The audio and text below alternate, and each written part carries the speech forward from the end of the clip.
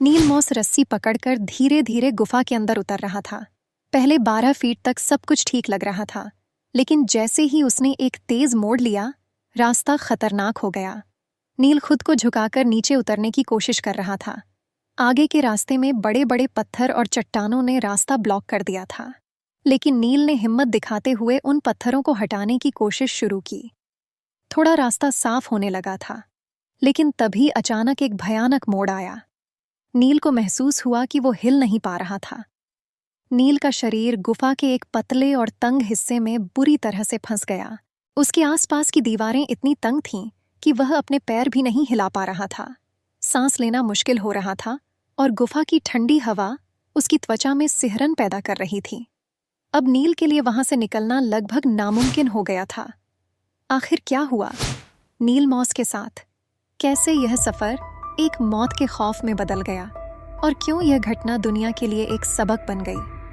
आइए जानते हैं ऐसा क्या हुआ नील मॉस के साथ।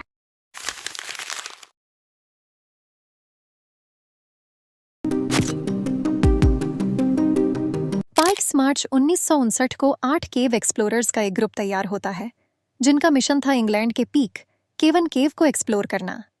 इस टीम में ऑक्सफोर्ड यूनिवर्सिटी के अंडर ग्रेजुएट स्टूडेंट्स ऑस्कर नील मॉस भी थे, जिन्हें बचपन से ही नई नई गुफाओं को एक्सप्लोर करने का शौक था। नील ने अपने इसी जुनून के चलते British caving association club join किया था, जहां सभी मेंबर्स का टारगेट था नई गुफाओं की खोज करना। इससे पहले भी वे कई गुफाओं को एक्सप्लोर कर चुके थे, लेकिन 2 हफ्ते पहले उन्हें पी केवन के स्टील गारमेंट चैम्बर में एक नई केव शाफ्ट का पता चला था। नील मॉस के साथ ही पहले इस चैम्बर तक जा चुके थे, लेकिन उस शाफ्ट को अब तक किसी ने भी एक्सप्लोर नहीं किया था। जब नील को इस शाफ्ट के बारे में पता चला तो वे बेहद खुश हो गए और तुरंत अपनी टीम से इस शाफ्ट को एक्सप्लोर करने का प्लान बनाया। केव के अंदर तक पहुंचने के लिए उन्हें करीब 1000 फीट का सफर तय करना था। तो सबसे पहले उन्हें मकी डक्स सेक्शन पार करना था, जो बारिश के पानी से भरा रहता था। इसके बाद आता था बोल्डर पैसेस, जो इतना मुश्किल नहीं था। फिर करीब 150 मीटर की यात्रा के बाद वे अपर गैलरी में पहुंचे, जहां उन्हें चढ़ाई करनी पड़ी। इसके बाद उन्हें रेंगते हुए एक रास्ता पार करना था, जिसके बाद एक डिफिकल्ट सेक्शन आई होल आया। यहां से निकलना बेहद मुश्किल था, क्योंकि बॉडी बड़ी मुश्किल से इस जगह से गुजर पाती थी। अगर कोई इस चुनौतीपूर्ण रास्ते को पार कर भी लेता तो उसे आगे कीचड़ का पुल पार करना पड़ता, जो बेहद फिसलन भरा था। इसके बाद आखिरकार वे उस डेंजरस स्टील गारमेंट चैम्बर में पहुंचते हैं, जो बहुत बड़ा और बेहद खूबसूरत था। इस जर्नी में हर कदम पर खतरों का सामना करना पड़ता, लेकिन नील मॉस और उनकी टीम के लिए यह एक रोमांचक एडवेंचर था। वे 8 लोग अपने रोप्स, लैंप्स, हेलमेट्स और ज़रूरी सामान लेकर पीक के वर्ण की ओर बढ़ते हैं। केव की तरफ जाते वक्त उनकी खुशी और उत्साह देखने लायक थी। वे चिल्लाते हुए, हंसते मुस्कुराते आगे बढ़ रहे थे।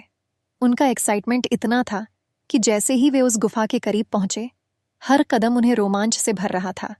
गुफा में एंटर करते ही डिफिकल्टी सामने थी। कभी पानी में डुबकी लगानी पड़ती तो कभी टेढ़ी टनल से घिसते हुए निकलना पड़ता।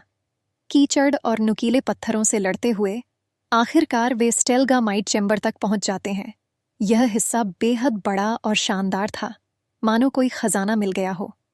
नील मॉस की एक्साइटमेंट तो अब बहुत ही ज्यादा थी, और अब आगे उन्हें इस चैम्बर के अंदर एक अननोन शाफ्ट एक्सप्लोर करना था, जिसे उनके साथी पहले भी देख चुके थे, लेकिन उस पतली शाफ्ट में जाने की हिम्मत किसी ने नहीं की थी। सभी को डर था कि कहीं यह शाफ्ट बहुत खतरनाक ना हो, लेकिन नील मॉस को बस एक ही बात सूझ रही थी, इतिहास रचने की। 20 साल का लंबा जोशीला नील पूरी तरह तैयार था। उसे लगता था कि वह इस शाफ्ट को आसानी से एक्सप्लोर कर लेगा और उसकी बहादुरी हमेशा के लिए याद रखी जाएगी। और फिर यही सोच उसके लाइफ में एक खतरनाक गलती बनने वाली थी। सभी ने अंदाजा लगाया कि उस शाफ्ट की गहराई लगभग 40 फीट होगी, लेकिन सेफ्टी के लिए उन्होंने 75 फीट लंबी सीढ़ी अंदर डाल दी। उनका सोचना था कि अगर शाफ्ट उनके अंदाजे से गहरी भी निकली तो नील के आने जाने में कोई दिक्कत नहीं होगी। बैकअप प्लान सेट था ताकि कोई भी हादसा ना हो और नील आसानी से एक्सप्लोर कर सके। दोपहर के करीब 3:30 बजे नील ने शाफ्ट के अंदर उतरना शुरू किया। शुरुआती 12 फीट तक सब कुछ ठीक था, लेकिन जैसे ही वह 12 फीट नीचे पहुंचा, एक कठिन मोड़ आया। पहले वर्टिकल ड्रॉप के बाद रास्ता थोड़ा ढलान की ओर मुड़ गया, और करीब 10 फीट का टेढ़ा मेढ़ा हिस्सा था। इस हिस्से में नील को अपनी लोअर बॉडी पूरी तरह मोड़कर अंदाजे से आगे बढ़ना पड़ा। उसके बाद एक और 18 फीट की सीधी गिरावट थी जिसके लिए उसे फिर से अपने शरीर को झुकाना पड़ा। जैसे जैसे वह नीचे उतरता गया, उसने देखा कि नीचे का रास्ता कुछ पत्थरों और बोल्डर से ब्लॉक हो गया था। उम्मीद थी कि वह उन पत्थरों को हटाकर आगे का रास्ता साफ कर लेगा, इसलिए उसने अपनी बॉडी को थोड़ा मूव किया। इससे रास्ता थोड़ा साफ तो हुआ, लेकिन इसी दौरान बैकअप के लिए डाली गई सीढ़ी वहीं जाम हो गई।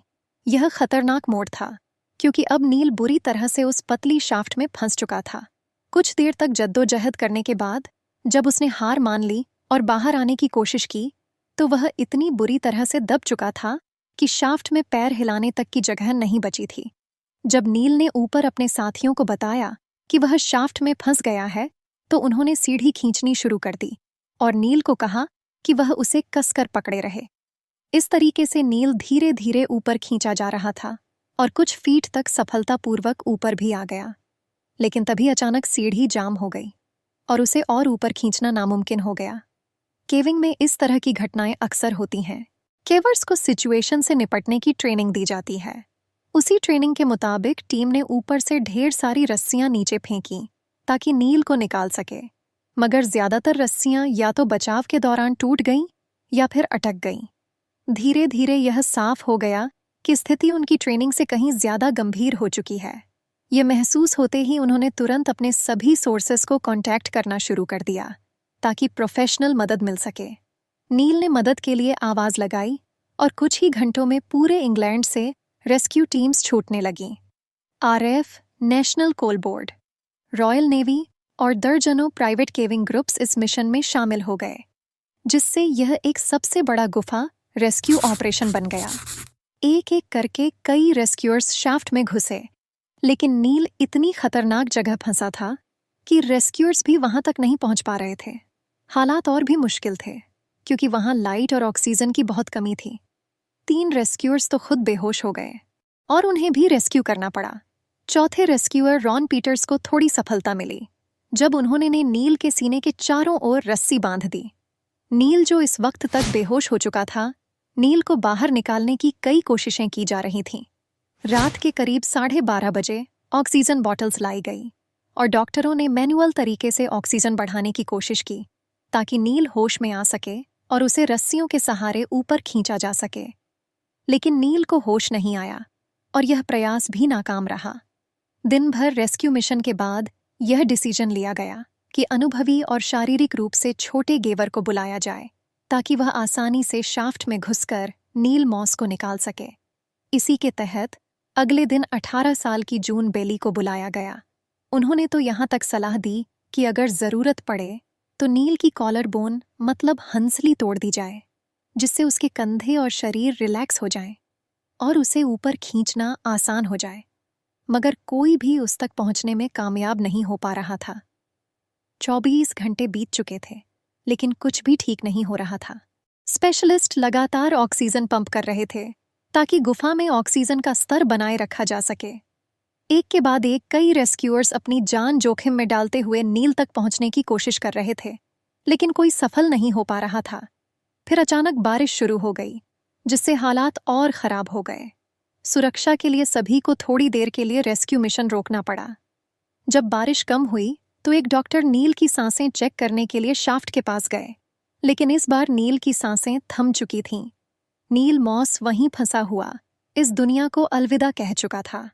नील की मौत का सही समय कोई नहीं जानता, लेकिन अनुमान के मुताबिक 24 मार्च की सुबह 3 बजे के आसपास उसकी मौत हुई होगी। ऑक्सीजन की कमी और टेम्परेचर में कार्बन मोनोऑक्साइड की अवेलेबिलिटी को उसकी मौत का कारण माना गया और फिर रेस्क्यूअर्स उसकी बॉडी बाहर लाने की तैयारी कर रहे थे। लेकिन के पिता ने कहा कि उसकी लाश लाने के लिए किसी को अपनी जोखिम में डालने की ज़रूरत नहीं है, इसलिए उसकी बॉडी वहीं छोड़ दी गई। तब से उस गुफा के चेंबर को नील मॉस चेंबर के नाम से जाना जाता है। मुझे उम्मीद है कि आपको ये वीडियो पसंद आएगा। वीडियो देखने के लिए थैंक यू। फिर मिलते हैं नई वीडियो के साथ, तब तक के लिए बाय।